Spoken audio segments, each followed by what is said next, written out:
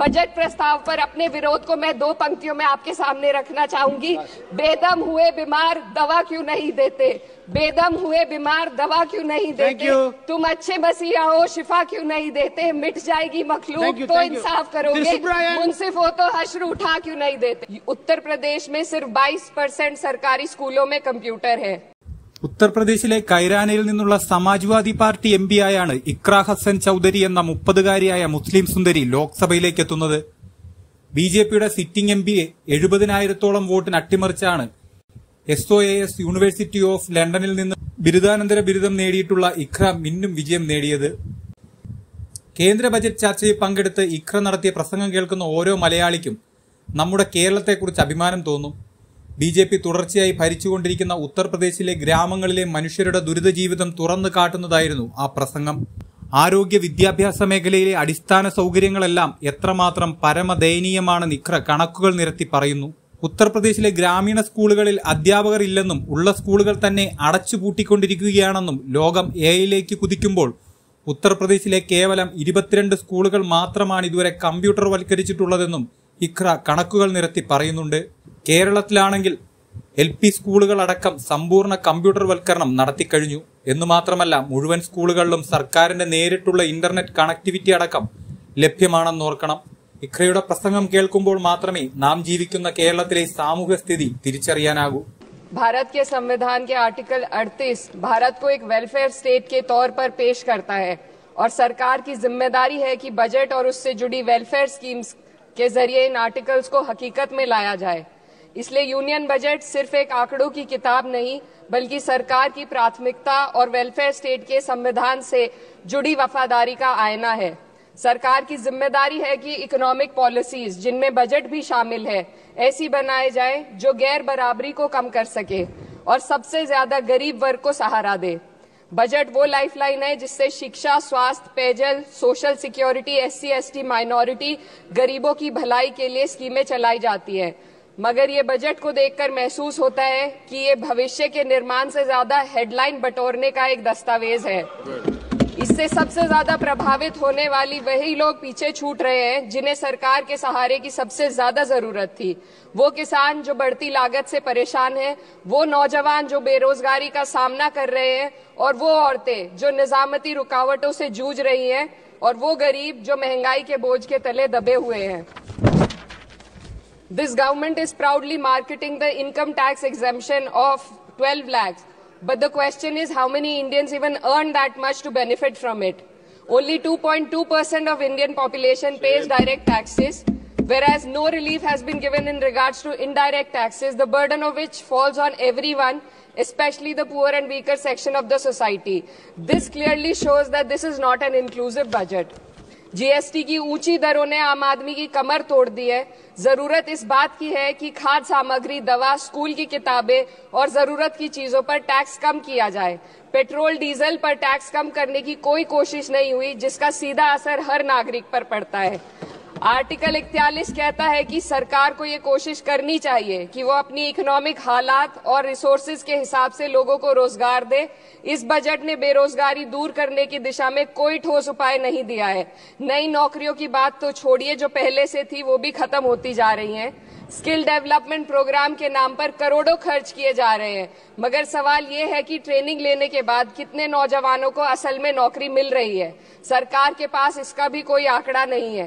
सरकारी विभागों में लाखों पद खाली हैं, मगर भर्ती का कोई प्लान नहीं है।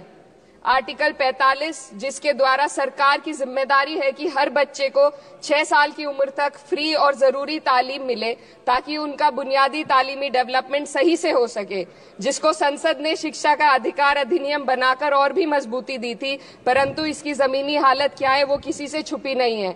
नगरीय क्षेत्रों में सरकारी स्कूलों में शिक्षक न होने की वजह से स्कूल बंद हो रहे हैं तथा दूरस्थ ग्रामीण क्षेत्र के स्कूलों में टीचर ही नहीं पहुंच पा रहे हैं। सरकार कह रही है कि डिजिटल इंडिया और AI से तालीम का इंतजाम होगा, मगर जरा जमीन पर देखिए, उत्तर प्रदेश में सिर्फ 22% सरकारी स्कूलों में कंप्यूटर है। मेरे संसदीय क्षेत्र कैराना में कई सरकारी स्कूल शिक्षक न होने की वजह से बंद हैं और मदरसा एजुकेशन के बजट में 57% की कटौती कर दी गई है। क्या यही सबका साथ सबका विकास है? इसी तर्ज पर अस्पताल हैं जहां पर डॉक्टर नहीं है। आर्टिकल 47 अच्छी सेहत और जिंदगी के स्टैंडर्ड को बेहतर बनाने की आवश्यकता पर जोर देता है। राज्य की जिम्मेदारी है कि लोगों की सेहत और उनके वेलबींग को बेहतर करने के लिए जरूरी कदम उठाए, लेकिन हकीकत यह है कि इस बजट का सिर्फ 2% ही आम जनता तक पहुंच पाता है। शामली जिले में 84 डॉक्टर की पोस्ट स्वीकृत है, मगर सिर्फ 29 डॉक्टर काम कर रहे हैं और गायनोकोलॉजिस्ट मात्र 1 है। दवाइयों की कीमतें बढ़ती जा रही हैं, मगर गरीबों के लिए कोई राहत नहीं है। सरकार ने महिलाओं के लिए बजट बढ़ाने का दावा किया, मगर 81% इसका बजट सिर्फ पोषण योजनाओं में डाला गया है। महिलाओं के रोजगार, उनके इकोनॉमिक इंडिपेंडेंस और सुरक्षा के लिए कोई ठोस योजना नहीं बनाई है। बेटी बचाओ बेटी पढ़ाओ का बजट घटा दिया गया, जिससे साफ है कि ये सिर्फ नारेबाजी थी और कुछ नहीं। किसानों की बदहाली हम सबके सामने है, लगातार चलती आ रही है। 2016 में कहा गया था कि 2022 तक किसानों की आमदनी दोगुनी होगी, मगर 2025 आ गया और एमएसपी पर कोई ठोस गारंटी आज भी दी नहीं गई है। गन्ना किसानों का बकाया अब तक नहीं मिल पा रहा है और तो और उत्तर प्रदेश में अभी तक गन्ना मूल्य भी तय नहीं किया गया है। डीएपी, यूरिया और खाद की कमी से परेशान किसान आज भी सड़क पर प्रदर्शन कर रहे हैं। मजदूरों के लिए जो सबसे बड़ी योजना मनरेगा थी, सरकार कहती है कि मनरेगा ग्रामीण भारत की रीढ़ है, मगर बजट में कोई भी बढ़ोतरी नहीं मिलना बहुत शर्मसार है। औसतन 44 दिन का ही रोजगार मिल रहा है, जबकि स्कीम 100 दिन की गारंटी की होती है। भारतीय रेलवे देश के लोगों की जीवन रेखा है और इसी से यहाँ के लोगों की आर्थिक एवं सामाजिक जिंदगी चल रही है। देश के हर हिस्से को रेल कनेक्टिविटी से जोड़े जाना सरकार की कल्याणकारी नीति का हिस्सा है। मेरे संसदीय क्षेत्र कैराना के रेलवे से जुड़ी 2 मांगे लंबे समय से लंबित हैं। दिल्ली शामली सहारनपुर रेल लाइन का दोहरीकरण और पानीपत शामली मेरठ लाइन का सर्वे अति शीघ्र कराए जाने की बहुत पुरानी मांग को बजट में शामिल किया जाना चाहिए। देश भर में बिजली की दरें बेहद असमान हैं। उत्तर प्रदेश में ये दरें बहुत ज्यादा हैं।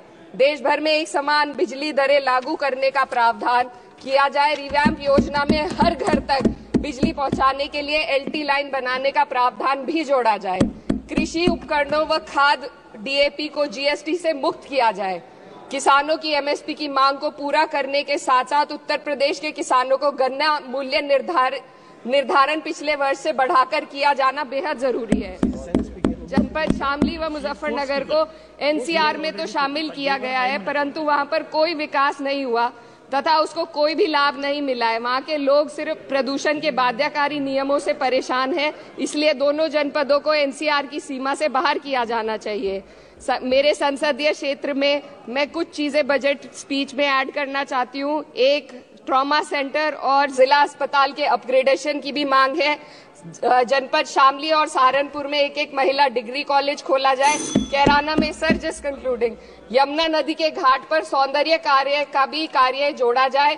जनपद शामली में टेक्सटाइल पार्क की स्थापना की जाए और जो संसद निधि है, सांसदों को केवल 5 करोड़ रुपए दिए जाते हैं और एमएलए, उत्तर प्रदेश के एमएलए को भी 5 करोड़ दिए जाते हैं। हमारी मांग है या तो इसे बढ़ाकर 25 करोड़ किया जाए या फिर सिरे से खारिज किया जाए। Sir just one The union budget was an opportunity to address the pressing... Sir, just 1 minute. Please, 2 more speakers are in your party. Sir, just concluding. Pressing concern of India's citizen, rising unemployment, soaring inflation, crumbling public services and deepening rural distress. Yet, instead of offering real solution, the government has focused on optics and half measures. While tax relief for the middle class is welcome, it does nothing for the millions who earn too little to benefit from it. Education remains underfunded, rural employment stagnates and farmers continue to struggle without meaningful support. The delays in conducting the census and caste census further exposes the government's disregard for data-driven policy making and social justice. India needs a budget that prioritizes its people, not just its economic headlines, a budget that invests in human capital, strengthens social security and ensures dignity and stability for all.